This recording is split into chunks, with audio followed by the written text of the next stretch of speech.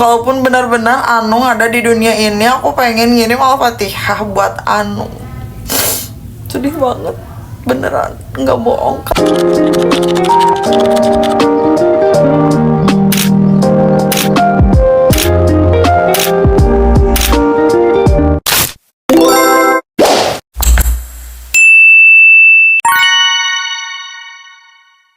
Hello everyone, Queen Bean here.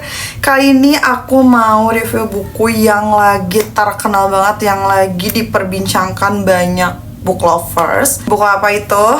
Yaps, Aroma Karsa karya D. Lestari. Siapa sih yang gak kenal novel satu ini? Novel imajinasi karya penulis barat. Rekomendasi saya untuk anak-anak Indonesia, baca saja buku yang dikarang oleh orang barat, atau diterjemahkan dalam bahasa Indonesia. Jawa Barat yang sangat menarik ini. Jadi aku waktu baca buku ini tuh pasti selalu kayak satu bab lagi. Bentar deh satu bab lagi. Bentar deh satu bab lagi, terus aja kayak gitu. Oke, langsung aja kita review. Judulnya adalah Aroma Karsa karya D. Lestari, terbitan Bentang Pustaka. Aku dapat novel ini dengan cetakan yang ke-19, dan novel ini tuh punya kurang lebih 710 halaman. So, gimana isi dari cerita novel ini? Jadi, ini tuh bercerita tentang seorang pria yang bernama Jatiwesi dan juga seorang wanita yang bernama Tanayasuma. Nah, kedua orang ini tuh punya kelebihan yang hampir sama tapi beda gitu.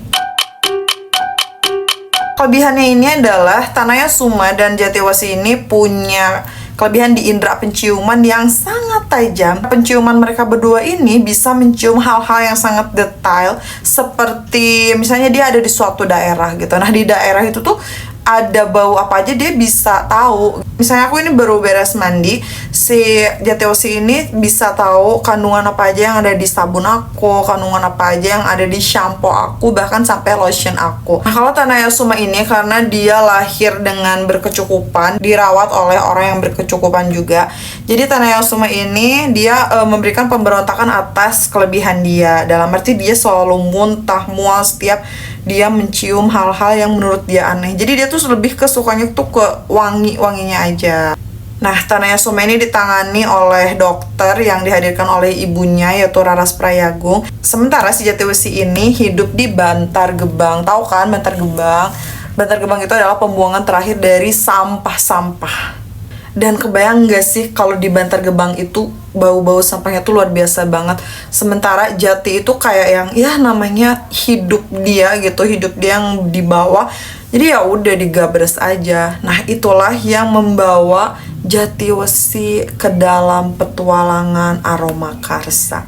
Jadi tadi udah disebutkan kan kalau Tanayasuma ini punya ibu namanya Raras Prayagung. Raras Prayagung ini cucu dari Janirah. Janirah ini adalah anak dari abdi dalem Sultan Ngayogyakarta pada abad lupa lagi.